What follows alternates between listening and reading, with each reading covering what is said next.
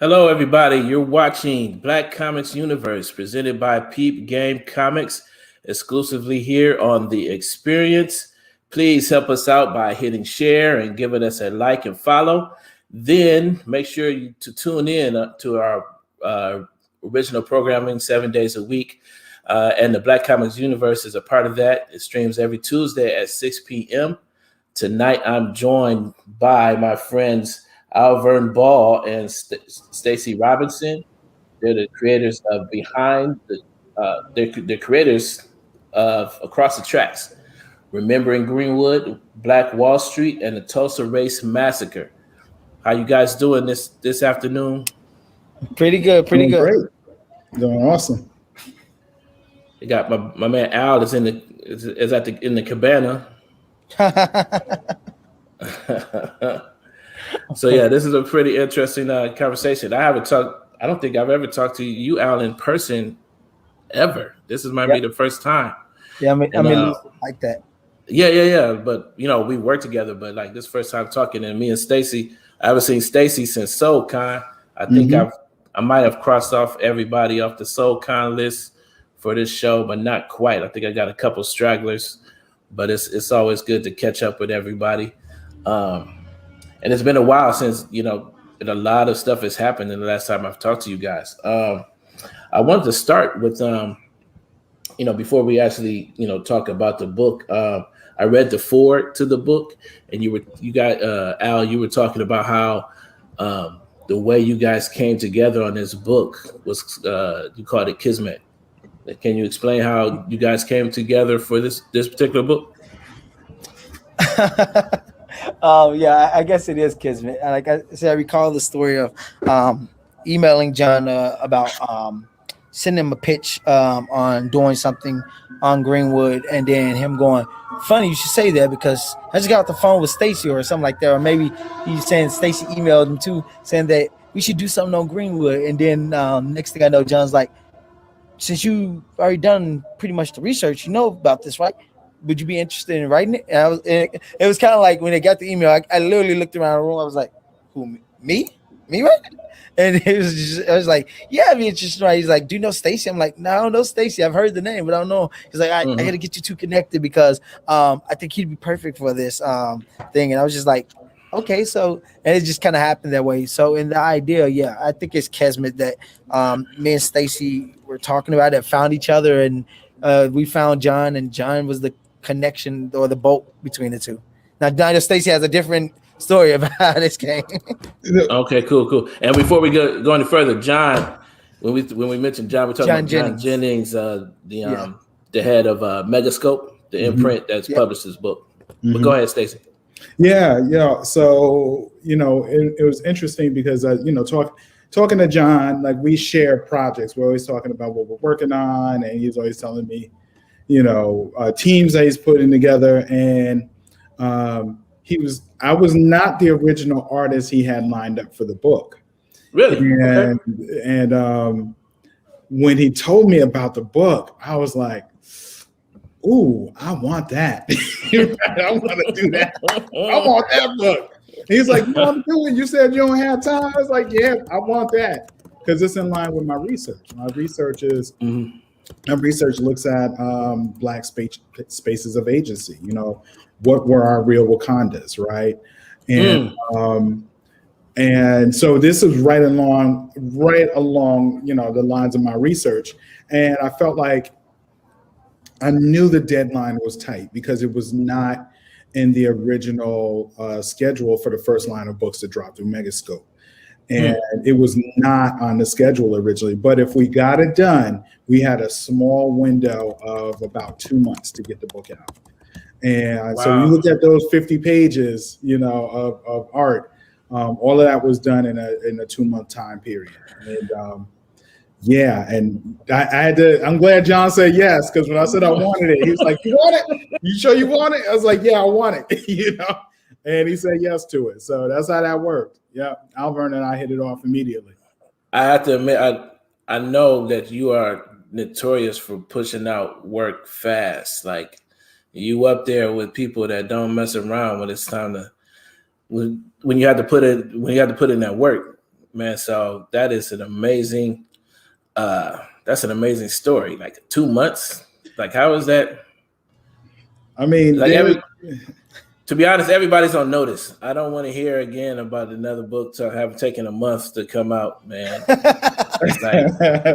It's like. I mean, I get it, but come on, man. Every time I see that, like I can tell you right now, if Mike Watson is watching, I'm letting him know that my man Stacy put out a book in 2 months. So I mean, I got a ton of people. Yo, don't do Mike Watson like that. I got a ton of people on notice. No. And it came with a lot of sacrifices. Like it was, I mean, fortunately, I was on a teaching leave, so I was on a fellowship, and that allowed for some time to work on the book. I live a single life, right? That allows time. Yeah. That allows time. My son who is with me, my daughter's in college, and my son is with me. He's very self-sufficient. He don't want to hang out with dad too much, Right.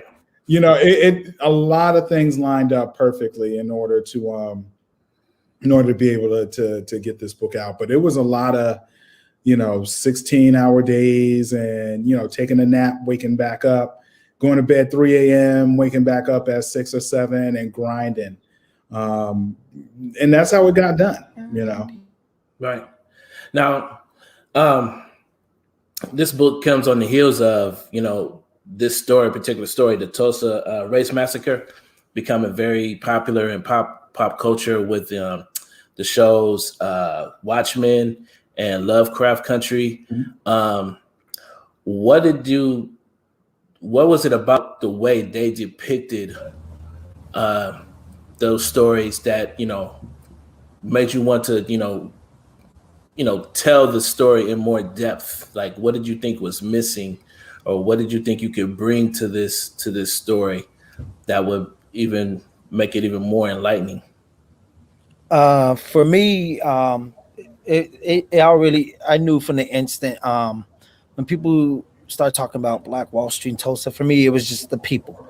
When doing the research, all I kept hearing was that, producers and all this stuff kept coming down to trying to get family rights to like the stories, but all they wanted to talk about was the massacre. And I'm like, there's more than just the massacre. There's these people that lived before the massacre and all this great stuff they did. And for me, I was more interested in finding out about those people and about how did a town that's part of a larger city, really, it's not like there are two different towns. There's really just one city. How it was constructed. How did it come to be? How did Black Wall Street, this thing that when you talk about it, it feels like a myth. It feels like something like, it feels like it's Themyscira or it's Wakanda. Like it only existed in the imagination, but it was a real place. And for me, that became the thing for me, was that I wanted to talk about the people and the places that existed, and not just the destruction of American history, of Black history, because that's all I feel like we ever hear is the destruction of our culture, but we don't hear about the thing that how it got made, or where it started. I'm in LA right now. I was driving over Sunset, and I saw a billboard that Discovery Channel is doing a whole Tulsa race massacre thing, that's produced by Russell Westbrook. And all I kept thinking, I wonder if that's like what they show is like Tulsa on fire and stuff. And I was like, oh, that's interesting. It'd be really cool if they did the opposite. I wonder if they're going to go through and show it from beginning to end, as this documentary type of thing. But all I kept thinking when I saw the poster was that that's not the poster I would have done. I would have done a different poster. I would have done the image on our cover, where you're showing Black faces and showing them in this press thing or this great community. Now, that's not to say there was, there's a dark side to everything, but I would have shown that instead of just, the town burning. But that's me. But again, I don't want to go on a tangent about these things. Sorry. No. We're here for tangents. What do you, Stacy? What did you want to bring to the story? Once again, this story is about the people, but in the book, what you will not see is the torture porn, right? You will not see, you know, bodies riddled with bullets. You will not see bodies on fire. You will not, you know, you won't get that, you know, I almost want to say the word satisfaction that a lot of people like to see, right? A reference to the destruction of us. And there are some storytelling devices that I leaned on in order to play between two different age groups, two different readerships for this book as well. So if you are a teen, picking up this book or a young adult picking up this book, you'll be able to enjoy it, I believe. But even if you were, let's say, a middle schooler, you would be able to pick up this book. And parents, I really try to play with the storytelling in ways that would allow for parents to pick up the books, and K through 12 teachers would be able to pick up the book as well. And like, you won't see any muzzle flares, right? But I do show, I mean, this story is these Black people were fighting back, right? Right. You know, so you see that in the book, but also I didn't feel the need to necessarily show muzzle flares, and I wasn't sure if that would be a determining factor in whether a parent or an educator would not pick up the book, right? So I wanted to play with that a little bit. Another thing I did was I wanted to show moments of joy, right? So, you know, we all know that the destruction is coming. That's the story. But there were moments where I could show some whimsy, and I wanted to show that as well.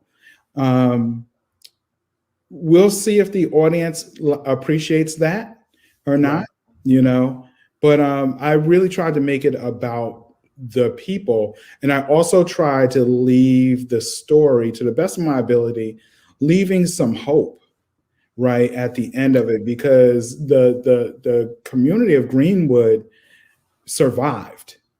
Right. Their descendants, they survived. And, you know, I did not want to create, you know, even though I was leaning into Alverne's narrative, there was some liberty for me to add narrative as well. And I took the liberty to leave the readership with some hope for the future, right? We'll see how it's received. That was the biggest thing that stood out for me, that, you know, I did not know that there were survivors. I did not know that those survivors came back and rebuilt Tulsa, rebuilt that town, Greenwood. I didn't know that. It was like the depictions that we see in the films, you know, everything is so absolute. Like once everything was bombed, and all we are left with is a trauma from, you know, there's no sense of them coming back and rebuilding and replacing what was taken. There's no sense of them carrying on the legacy that was there. And it makes it, and so it gives the impression that this is how it always happens. This is how it, you know, it's like, and it gets to the point where those moments of joy that you see in certain films, it comes with a little trepidation, because you can sense the build up to the traumatic moments. It was especially, I know that's to be the case, especially in, they really played it up in Lovecraft Country. It was like, it was such tension, no matter how much you enjoyed that scene and how well they acted, and, you know, the costumes and everything, every single scene, it was like, it was building up the anxiety watching that. But I'm happy to, you know, share with, like you were saying, share with parents or share with young people that you do not have that sense of anxiety reading this book. You don't get that sense of you know, trepidation, you know, reading the pages of this book, even when you actually get to the point where you're actually describing and talking about the massacre itself. You don't feel the horror behind it. And I think that's, you know, it's a really amazing how when y'all kind of got to that point where you had to actually talk about it and describe and lay those things out, you did it in such a way that it didn't, it wasn't horrific. It wasn't, but at the same time, it wasn't a historical account. Like some of these pages, Stacey, you really, put your foot in this, man. Thank you. The page that's up right now is one of my favorite pages. Shouts out to John Jennings, who did the color work on that page. Where do y'all find the time? Y'all are crazy. Yo, you know what? I'm telling you, it took a team effort. So Damien, Alvaro knows exactly what I'm talking about. I was like, y'all are maniacs. Yeah, Damien Duffy did the lettering, for the book. He's another one. Yeah. Oh, so this is a Black Kirby. Okay. Yeah. Black Kirby Tan Lee. Yeah. Okay. Yeah. Tan Lee. Right. Yeah. And my son Solomon, I think he colored like 32 pages in the book. Okay. Two of my former students, one Anthony Moncada, he colored several pages in the book, and Alex Batchelor, a former student, she colored pages in the book as well. So I mean, it was, we got the book out, like we got it out, and we leaned on some storytelling, like I said, some coloring devices, some storytelling techniques. Like the highlights are only on the foreground figures, and everything in the background is flat colored. And we needed a quick but consistent storytelling style. And the highlight is a simple line, right? So there's like, we played with it a lot, like, and we tried to give it even some vibrancy, like it's vibrant, because Black history happened in color. Like this is American history, but it's Black history, and it happened in color. It did not happen in black and white, and it did not happen in sepia tone. It happened in full color, So it's important to, I think it connects the audience in a particular way as well to look at this Black opulence, right? This vibrancy and to see that. And I wanted the audience to connect, to that as well. And we'll, like I said, we will see how it is received. But those are some of the choices that I made in trying my best to keep the deadline and give honor to not only the ancestors and survivors of the District of Greenwood, but also to give honor to Alverne's story. Yes, and to that, Alverne, where did your research start for this? Oh man, gosh, where did it start? Oh God, it actually started long before I really got on the book. I was working with a group of writers and producers out here in LA. They're all we're all Black, and we were always talking about Greenwood, and we were trying to construct this story on how to do it, and we were all on Snapchat, and then one day I just took the liberty, like I got invited to it through my writing partner, and as they started talking about it, I was like, I could just see it. And so one day I just took the liberty and wrote out this whole story. Like, look, this is how we make this, a mini series or a show. And in doing that, I was talking to a friend of mine, Naveed Mikalargi, and we were talking about this, this thing that I had wrote. And he goes, "You do comics, right?" He goes, I was like, "Yeah." He goes, this would be so cool as a comic. And when he said it, it's like a light bulb hit. And I was like, oh. Yeah. And then when John came to me, he goes, "Hey, would you like to write this thing?" I had already done some research, but then I was like, oh man, I got to dig deeper. So I went on to Amazon. I just started searching for material, books that, that talked about, Tulsa in general, not just the massacre, but Tulsa as this place, and Greenwood as this place. And one of the things I found was that that I didn't even know existed. Back in 1987, they did almost like a 9/11 report. Think about this. In 97, they did a 9/11 report on something that happened in 1931,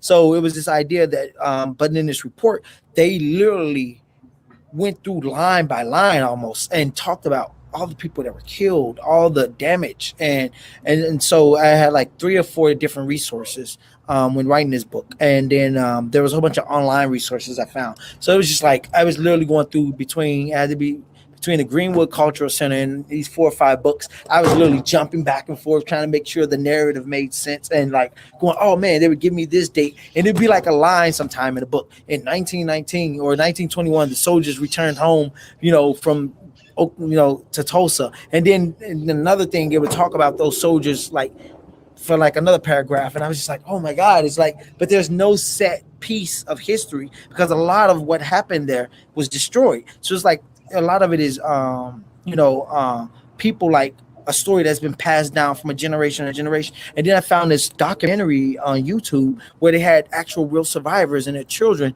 talking about what it was like to have lived in Greenwood and talking about what it was like to survive that night. And I thought, oh my God, this is where it's at. These are the people. And like, and whoever did this documentary, it's like just the first time the firsthand accounts. And most of those people are dead now. So I was like, okay, I got to go in and try to tell the story as best I can, piecing together all these different pieces of research. And as Stacey will tell you, sometimes you're hearing about a name, but you can't find a picture. You can't find a living family member for this person. All you hear is a name and that this person existed in history because there's some record of them in some, that was found in some burned out building, but there's a ledger that they existed or that they had this property, but everything about them is gone other than they existed in this town. So it was just trying to find enough for me, it was trying to find enough names and material that we could link it and show people that these people existed, that this town and everything about it existed. This wasn't just some love affair or some fantasy place that we talk about, like a kumbaya moment for Black people to uplift themselves. This was a thing that existed. So you could point to it and go, look, if they could do it, we sure as hell can do it now. That I think that's how it was for me in the research of it. We got I want to follow up the same question with you, Stacey, but we have a couple questions here. One you can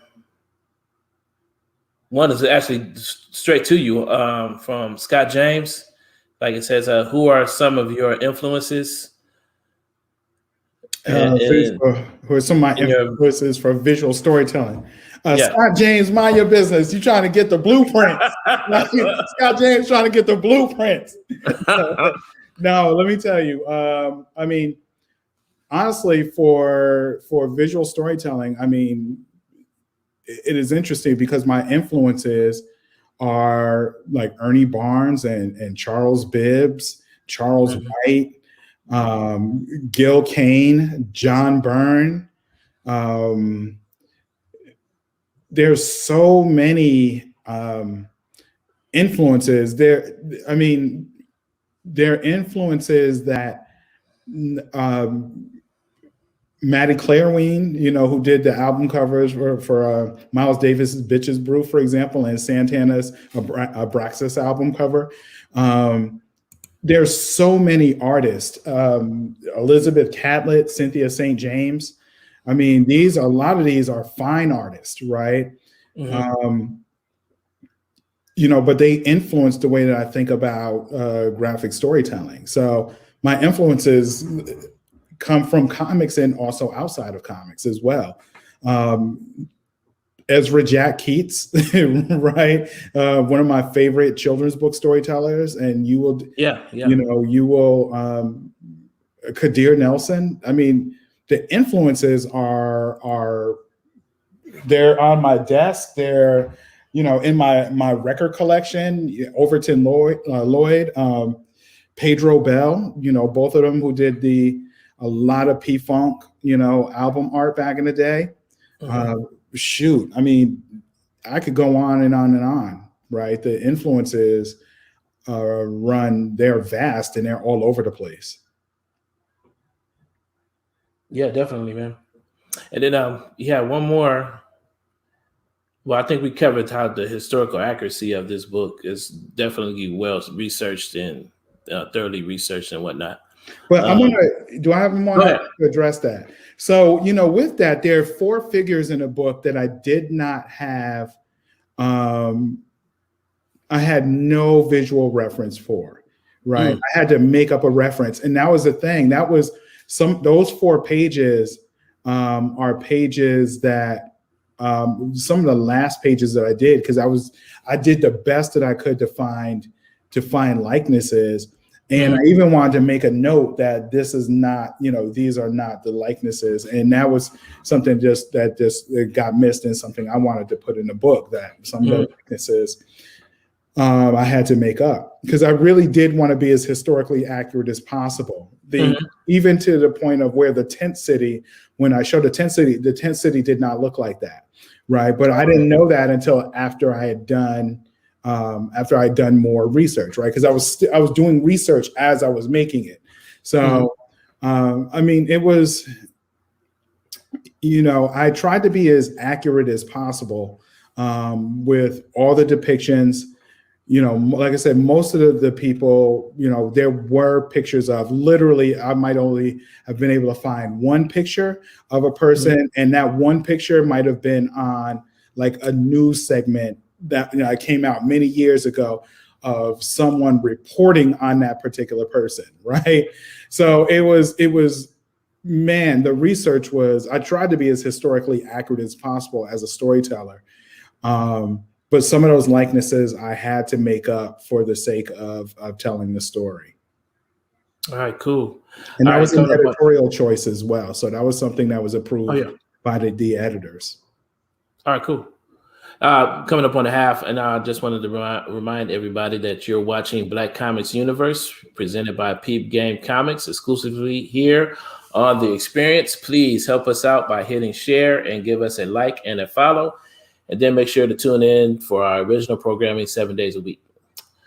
All right, so I want to move on to, and speaking of which, these historical figures, because they're not characters, they're real life people.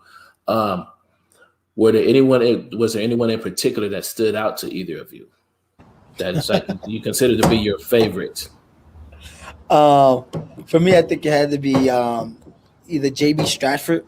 That dude, man, I think he might have been my favorite. That dude was all about it. Like when you say you didn't want that smoke, he was that guy that was like, oh yeah, I do. From what I read, just like he was, like I said, he was the son of a slave. It's in the book, and he had, I think, 2 or 3 law degrees. Literally when you talk about the definition of pulling yourself up by the bootstraps, he was that dude. But one of the things that was interesting was that in my research, when they talk about right before the massacre, he was the dude that kept like pissing everybody off in Tulsa, because every time there would be like these Jim Crow laws against black folks, he was like, oh, okay, well, we're gonna take this to court. And he would win like every one of his court. So people were just pissed off that this black dude just kept taking shit to court and kept showing up how racist these Jim Crow laws were. And then right before he was one of the original guys that when you see them meet at the theater right before the white mob talks about they're going to lynch this young boy for possibly assaulting his white woman. He's the dude that's like, yo, grab y'all guns, we going down to the courthouse. None of this ain't going down. J.B. Stratford was that dude, and he's a lawyer. But he was one of like the centerpieces of that town that was just like, yo, we ain't taking no shit. They come over here, we ain't doing it. We don't go over there doing that. So J.B. Stratford was that dude. I think I just like everything about him. It just made me want to read more and more about him. And then he created the Stratford Hotel that at the time it was the biggest black-owned hotel in the country that serviced black folks. That's amazing. When you think about like in Chicago, there's the Palmer House. That thing's been around for hundreds of years, and it was basically he had the version of the Palmer House that when you look at the Green Book. For people that don't know about the Green Book, it was this book that black folks used to basically tell them where they could stay and what town they could stay in, during Jim Crow, especially if you're going into the South, where it was safe for you to be at. And at the top of that list was a Stratford Hotel. It was the most luxurious hotel in the South.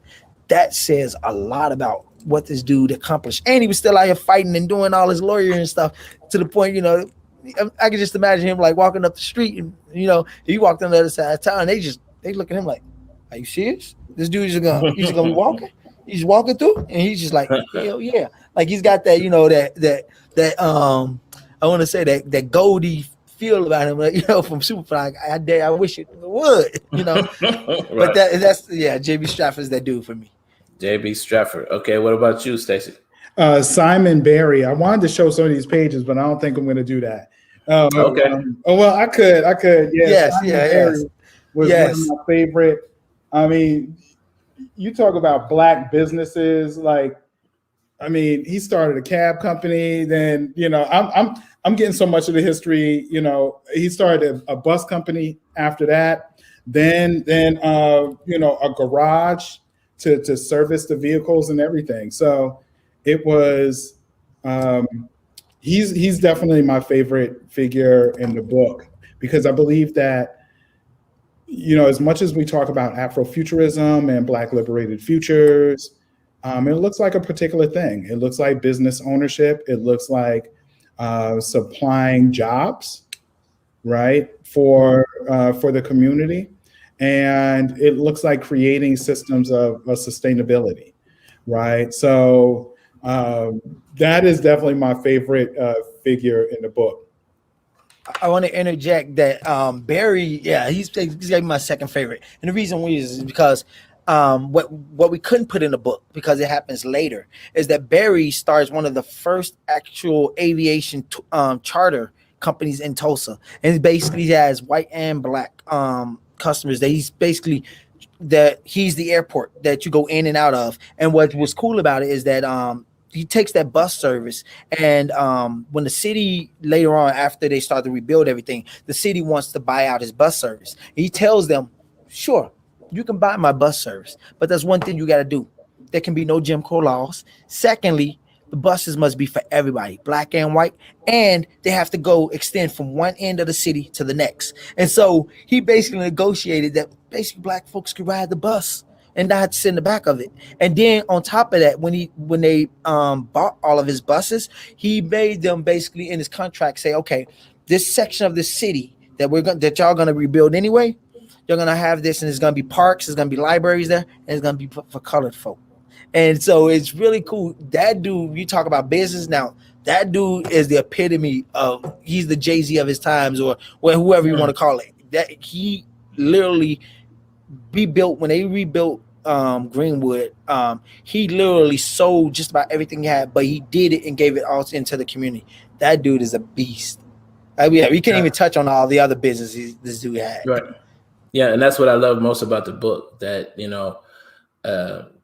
just the attention to those details is extremely inspiring, and it does provide hope where the other depictions of this particular story, sort of this, like, totally omits it. Actually, they don't really talk about how these people rebuilt this town. When you get to the actual massacre itself, how did you guys approach that particular part of the story, and like what did you talk about certain things that you wanted to make sure wasn't there, as far as like muzzle flares and stuff like that. How did you guys approach that particular part of the story and depicting that and writing it? For me, I knew going in from day one, when we were pitching the story, the first thing I told John, and I think all the editors, that there would be no Black death. There would be no Black porn, no Black death porn. That was my biggest thing. It's like, I knew the massacre happened. Everybody knows it happens. You can watch it or something else to see if you really want to see that. But for me, it was like, we're going to show this in a way that we're going to give you everything you need to know. You're going to feel the massacre, but you're not going to see the bodies. One of the things, during my research, there's this picture of this. There is a wagon, and it's full of Black people, dead Black people. And there's this little girl at the top of it. And she's like, and her head is turning. It's literally like she's looking at you. And she looks like a doll. And no, it was in a documentary. And this little girl was talking about when she was a kid, how she looked at that girl and thought, like, she's just a doll laying there dead, But she looks like a doll to me. And in my head, I was thinking, you know, as a kid, she sees a doll, and all I kept seeing as an adult was a life gone. But you know, and it made me think of like a horror story of like, you know, of all those recent horror stories of us, them, they, or whatever you want to call it. And all I kept thinking when I did that research was that I never want to see that. I don't want to see that body in this. You know, I don't want kids. I don't want even adults to see bodies. And so when showing the massacres as well as Stacy did, that was my biggest thing, was that I want you to feel it, but I want you, if you need to see bodies, then you're going to visualize it on your own, just like you do in comics. In between the panels, when you see action, you're going to see that on your own. But I wanted to also, when I was writing, I wanted to make sure that the fire that engulfs this part of the city, I wanted to make sure that represented not just the fire that burned down the city, but I wanted it to feel like readers to understand that the same fire was hate, and that that's what that fire personified. It was hate, and that it kept building and building until it destroyed everything. And out of those ashes came love. Right. You know, came this resilience to want to survive. Because that's what Black people do. We survive. And that was something that me and Stacey still talk about, that ending. And then we find out we both don't want the same ending. Like we want to see some fight back. And that was something that I also wanted to make sure that people understood, was that the people of Greenwood did just lay down and just like, oh, we're just gonna let everything get destroyed and be like every other, you know, how they try to portray us as being docile and dominant. You know, one minute we're hostile and angry, but the next minute we're docile and we're just letting everything be destroyed. I wanted people to understand we didn't let this happen. It was a systematic erasure. And it wasn't just like white men doing it. It was families, white men, white women, you know, sometimes white children, you know, but it was a whole town systematically erasing another part of town. And it didn't just happen like in this idea of this, like this bubble where, oh, Black people just didn't have guns, so they couldn't fight back. Or, you know, to a degree, we had the guns, we just didn't have the resources when they started dropping bombs on you. You know, that's air power over you know, basically you could say air power over a musket. It just can't compare the two, you know? So for me, it was about, when showing the story, it was about showing people that this happened, it occurred, but that you don't need the bodies to know that it happened. Right. And I don't think people realize those subtle things are important, because just those small details creates a completely different narrative. Like because I made a point to remind myself, okay, what is it that I saw on television and what am I seeing here? And I know there's some very key points. There's some key pages. There's some key scenes that I did not see on television or in film or anything like that. There's no talk of, like you guys depicted a scene where when they fight the lynch mob that's going to lynch this young man that was accused of assaulting a white woman. There's no reference to that scene of them actually, you know, fighting that mob, which is before the actual attack on the town occurs. There's no talk like we've said over and over again. There's no talk of the rebuilding, but there's also no talk of how you know, these members of this community were armed and were trying to protect their homes and things like that. You know, it's like, so the scenes that you drew, Stacey, like these are scenes that weren't necessarily depicted. Like by and large, we saw, you know, the trauma. Like, you know, all I saw, you know, is that there was a whole bunch of Black folks running around getting shot in their back. You know, just people just laying down, you know, burning in their homes, you know, all these different scenes of, not to say that some of that stuff I'm sure happened, but it's just the fact that it tells a totally different story just by leaving those, you know, these small details out. You could tell a whole nother story just by, you know, yeah, absolutely. One of the things I did was, as a storytelling device, was when the violence starts happening, I position the viewer many times on the side of Black people, right? So when they gather up their guns, they meet in front of the theater, right? You're in that crowd with them. You're in the crowd, yeah. Yeah, when they're marching down, you know, you got some figures yelling back to other figures. They're yelling back at you, the reader, right? Yeah. So and there's this other scene where there's a double page spread. You're seeing what's happening outside the windows. It's one of my favorite set of pages in the book. And you see like this black couple with guns. Well, guess what? You are there inside the house with them.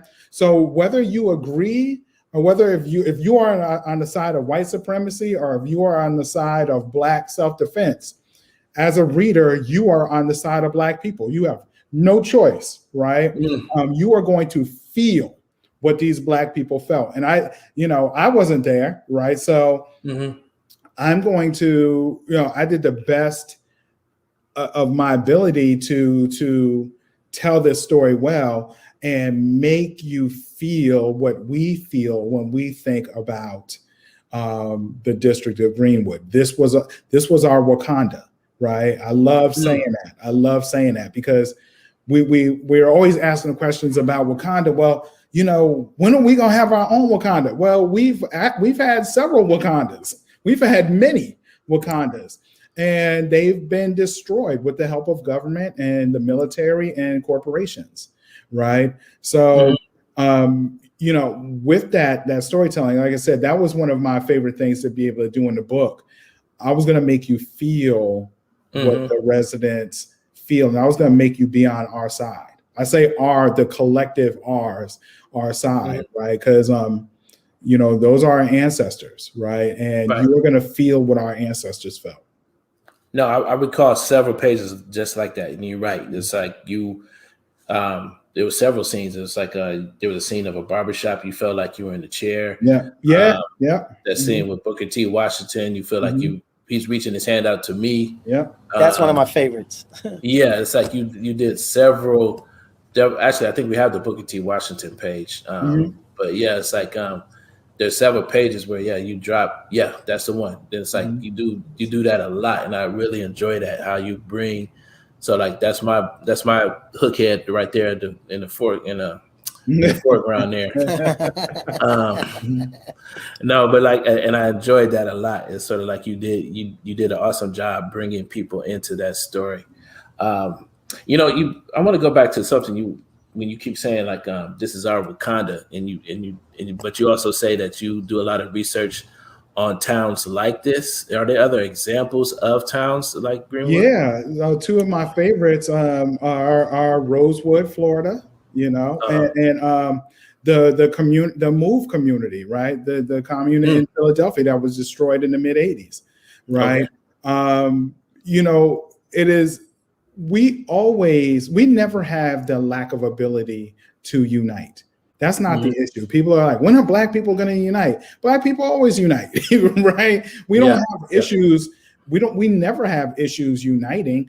Wu-Tang Clan is you might not think of the Wu-Tang Clan as like a community, but if you look at RZA's plan and you listen to Wu-Tang's lyrics, they have black nationalist leanings. My seed grow with his seed, marry his seed. That's how we keep Wu-Tang money all up in the family, right? That's community. That is nationalist. RZA said, he talked to his crew. He said, give me a year of your life. And if my plan does not work, go back to drug dealing and what the things you've been doing. And the plan that he set up, according to the research that I've been doing, the plan that he set up with the record company, all members of the Wu-Tang Clan, they record on one label, right? But as individual artists, they all record on different labels, and they all can collaborate with whoever they want to collaborate with.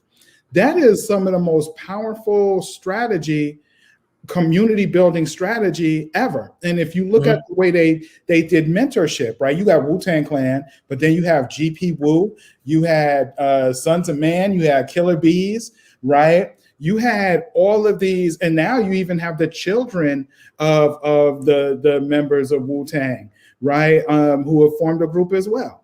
So saying all this to say, right, the ideas of us uniting, like these are examples of our Wakandas, right? It is not always that it has to be this large city or this large community or anything like that. It's not always that. It is sometimes it is a particular neighborhood. It is a particular crew with a vision, with a vision to free themselves and then free, those around them, and then set up a legacy for their children, right? Mm-hmm. Those are many of the examples. There's so many other ones, but those are some of my favorite examples to look at and think about and to kind of bring into storytelling. Now, you're not going to see Wu-Tang Clan in this storytelling, right? But it is a major influence, and and in that particular we did take a weird turn there from we went from Tulsa to Wu-Tang. That was we did, but I mean that's wonderful. Yeah, you see it though, right? I mean, like yes. Yeah. Especially in music, and I think people are so quick to dismiss what people in the music industry do because it's just considered just entertainment. But when you consider, I always like to tell people that the African American community, we have the hearts and minds of the American people, and the strides that we make in entertainment, you shouldn't dismiss what we do in media, because what we do in media has large ramifications. Like, we actually move the needle when we the things that we do in music industry affects not just the music industry, so it like that there's a trickle down effect there, and we should really be paying attention to and should be emulating some of their practices. Like, for instance, I've been thinking a lot about how athletes, professional athletes, especially NBA players, are a lot like the Pullman Porters of the Civil Rights Movement. It's like these are laborers. These are people, they're in labor. And as a union, as a united group of people, they have a lot of leverage and a lot of money. So it's like you can, we always, you got this idea of, shut up and dribble and all this kind of stuff. But the reality is, they're working class folk, and they are having an ability to affect change, just like, certain, you had the sanitation workers strike, that was Dr. Martin Luther King was a part of before he passed away. You had, these are definitely significant changes in society happen with the help of working class folks. And I'm starting to see athletes like that. They have an opportunity to, affect change. If we were to look at them like that instead of just entertainers, we could probably, really move this needle. Yeah. Go ahead. No, I was just thinking about, what something Jay-Z said. He said, all we got, all blacks got is sports and entertainment until we even, right? And he caught hell for working with the NFL when we were talking about striking, boycotting the NFL, and he struck a major deal with the NFL, and he caught some criticism for that before we even knew what his plan was, right? So, I think it's important to understand that we're not going to always be on the same side of the commentary, but many of us are fighting the fight from different vantage points, right? Sure. I've been highly critical of people who enter the military, to fight and colonize other countries, right, for the sake of America. But I also understand that for many people, the military is their only escape out of their particular circumstance, and is the way that they take care of their family, right? So we're all hustling. Like, I'm an academic, right? Like, I'm hustling.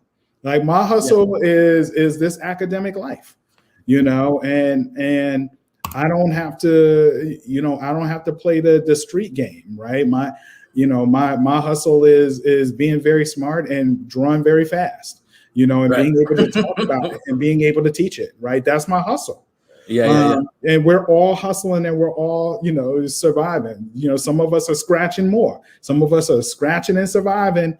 Some of us are doing it, more than others and harder than others. Some of it's legal and some of it's illegal. And as Angie Stone said, you got your Wall Street brother, your on the corner brother, you're down for whatever, chilling on the corner brother.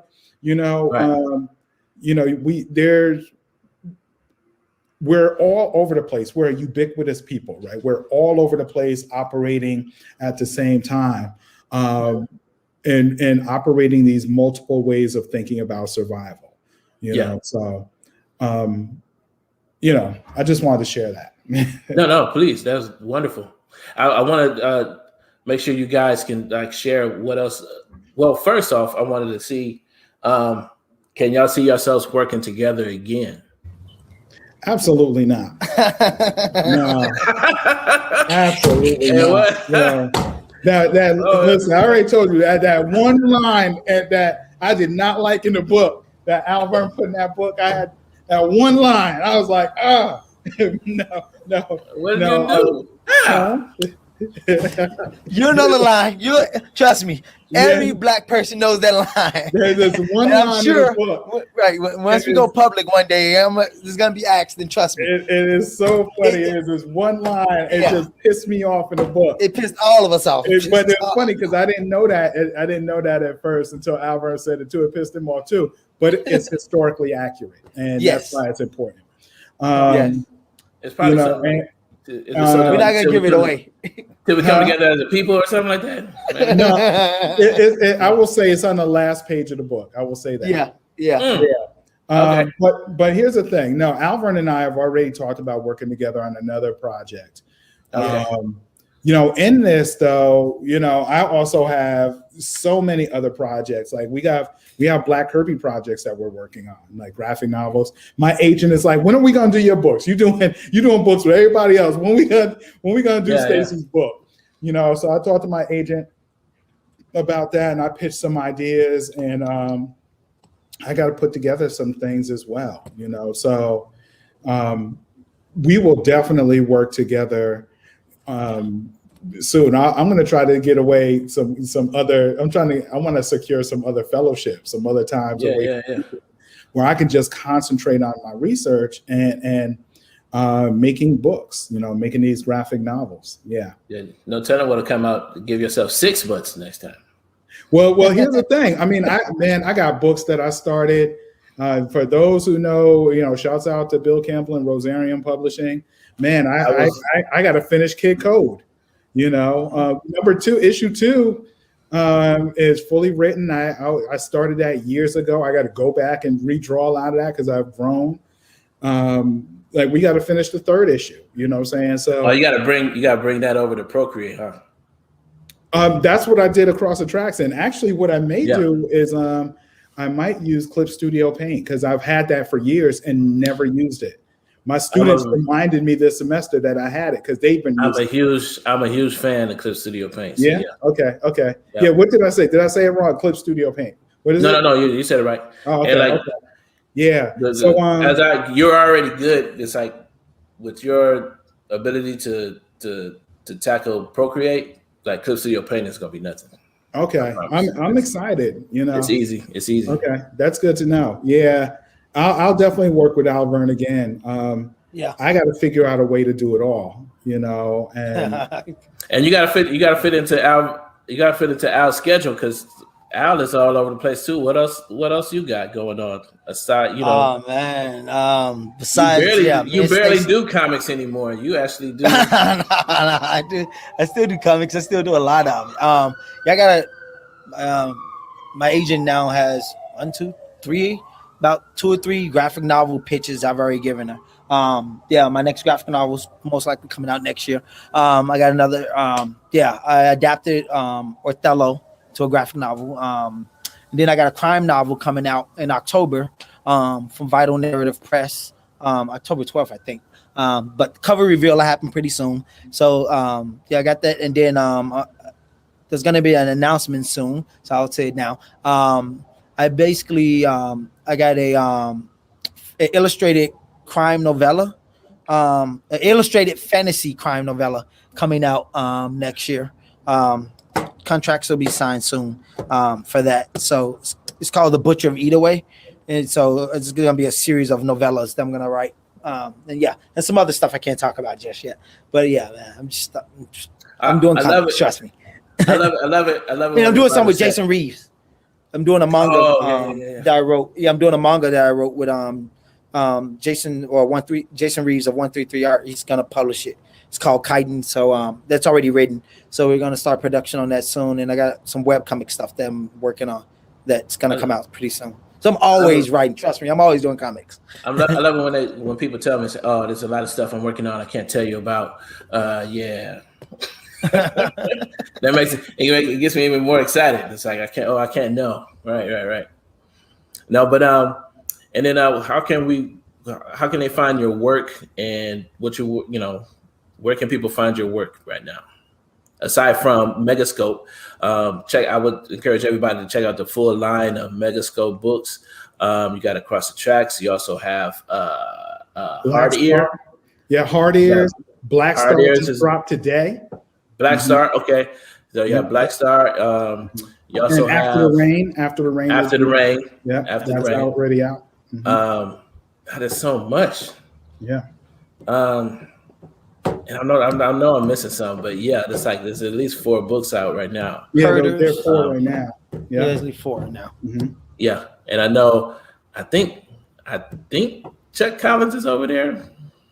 It's like there's a ton of people that I've worked with that have snuck over there, and I'm anxious to check out everybody's work. We're out of time, so we're ready to roll out. But I appreciate you guys. Follow us at peepgamecomics.com for all your Black Comics news. Thanks, guys.